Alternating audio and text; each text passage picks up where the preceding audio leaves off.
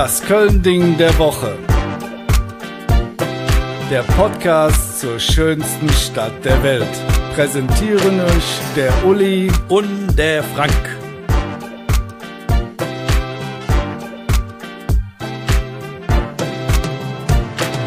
Hallo liebe Freunde des alpinen Bergsports, heute wird es sportlich gefährlich und nichts für Menschen mit Höhenangst, denn in unserer neuesten Folge geht es um den Kölschen Mount Everest und mit Steigeisen und Karabinern ausgerüstet sitzt mir der Mehrfachbesteiger des Hillary Steps gegenüber, meine Bergziege Uli. Mir gegenüber sitzt der Ötzi aus Zollstock und das meine ich jetzt rein optisch, Frank Mausbach.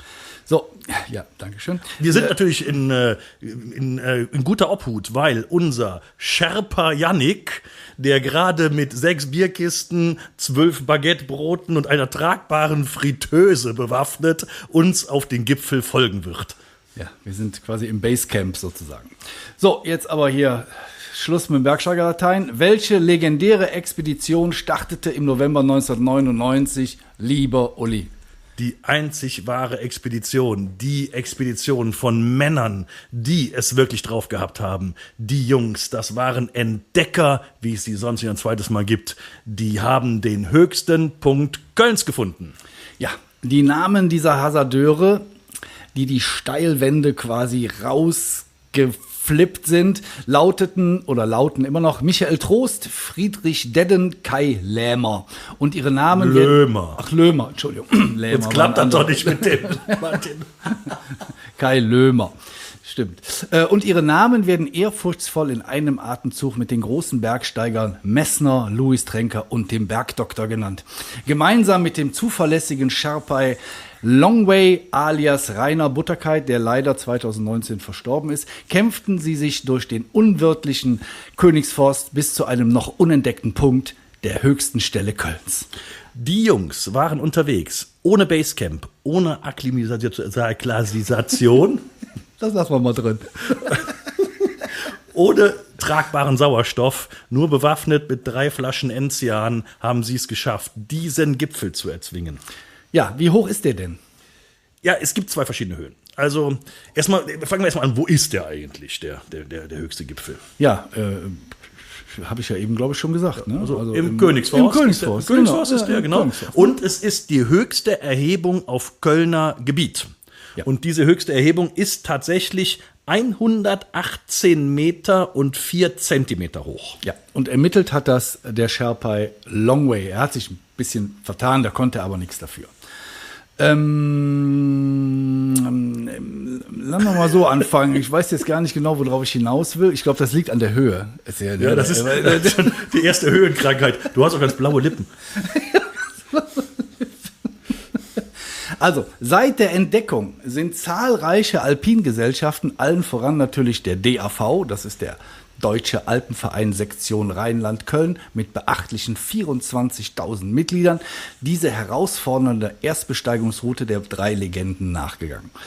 Laut einschlägiger Bergsteiger- und Wander-Apps sollte man die Besteigung auf keinen Fall unterschätzen. Das ist ganz wichtig. Vor allem schnelle Wetterumschwünge haben bereits viele erfahrene Bergwanderer an ihre Grenzen gebracht. Diese der Kälte und Erschöpfung fast erlegenen Bergsteiger konnten allerdings an der am Königsforst gelegenen Rettungsstation, der Schmitze-But, wieder aufgepäppelt werden. Übrigens, auch Gebirgsjägertruppen aus dem In- und Ausland wählen diesen massiven Berg zur Auswahl neuer Rekruten. Und dabei schallt immer wieder das Motto der Gebirgsjäger, ausgerufen durch die aufgepeitschten Ausbilder durch den Wald: Weitermachen, wo andere aufhören. Das ist der Originalwahlspruch. Mein Gott, ich bin Jans von der Söck. Ja. Zu finden ist das Ding tatsächlich im Königsforst. Da steht heute ein großer Findling. Da ist auch dann so eine Plakette dran, die ist den Erstbesteigern gewidmet. Und außerdem ist da auch ein Buch. Da kann man sich eintragen, wenn man die Kraft noch hat, dann auch noch sich ins Gipfelbuch einzutragen. Viele schaffen das einfach nicht mehr, weil die so entkräftet sind. Das Problem ist, die hatten zunächst nur ein Gipfelkreuz aufgestellt. Das hat aber irgendwie der Forstverwaltung nicht gefallen und deswegen musste das weg. Aber heute steht dieser Findling da, der ist ganz schick. Kurios ist übrigens, das ist kein Gipfel, sondern das ist eigentlich nur auf einem, Berggrat wäre schon zu viel, auf einer kleinen Anhöhe. Und wenn man etwa 60, 70, 80 Meter weiter geht, da ist es viel höher. Mhm. Warum? Weil es da höher ist.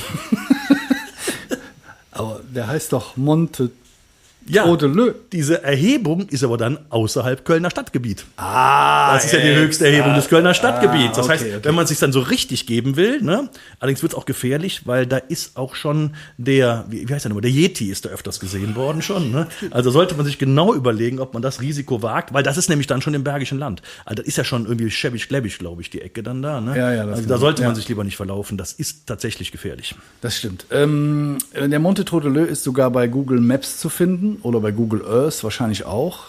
Ne? Nehme ich mal schwer an, wenn man da die Koordinaten eingibt, die ich jetzt allerdings nicht im Kopf habe. Wir schreiben euch die Koordinaten in die Shownotes rein. Boah, ey.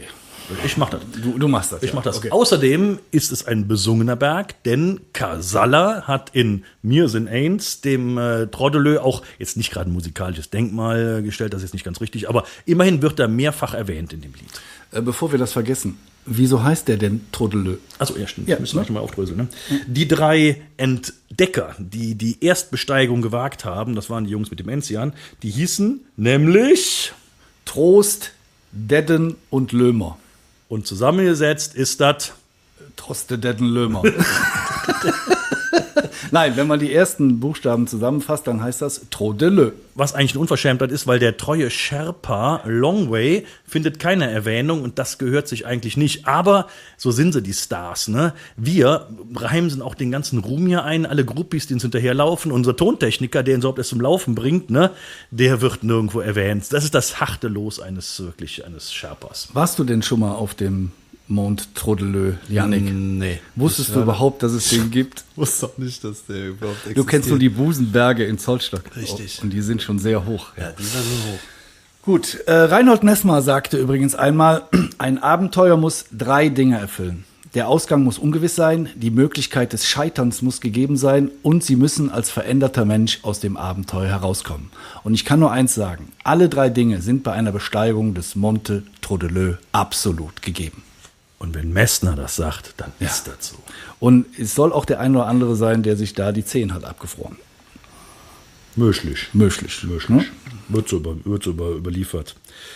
Eine Frage bleibt. Wenn der Monte Traudeleu die höchste Punkt im Stadtgebiet Köln ist, wo ist denn dann der tiefste Punkt, mein Freund? Oh, das ist eine gute Frage. Also nicht bei mir im Keller. Worringer Bruch.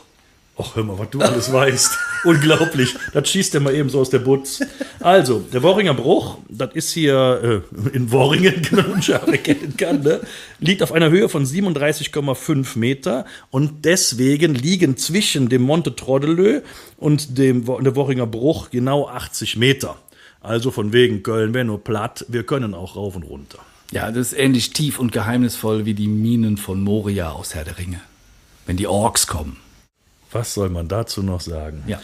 Galadriel und Frodo verabschieden sich, wünschen euch einen schönen Tag, besteigt die Berge, madet Jod und bis Demnächst. Das war die neueste Folge vom Köln-Ding der Woche und ich hoffe, es hat euch gefallen. Wenn ja, folgt uns auf Instagram und Facebook und auf TikTok. Da sind wir unter das Köln-Ding zu finden. Auch auf Podigy sind wir natürlich zu finden, weil es da unseren Podcast gibt. Und auf Spotify, Apple, RTL Plus, überall da, wo es Podcasts gibt.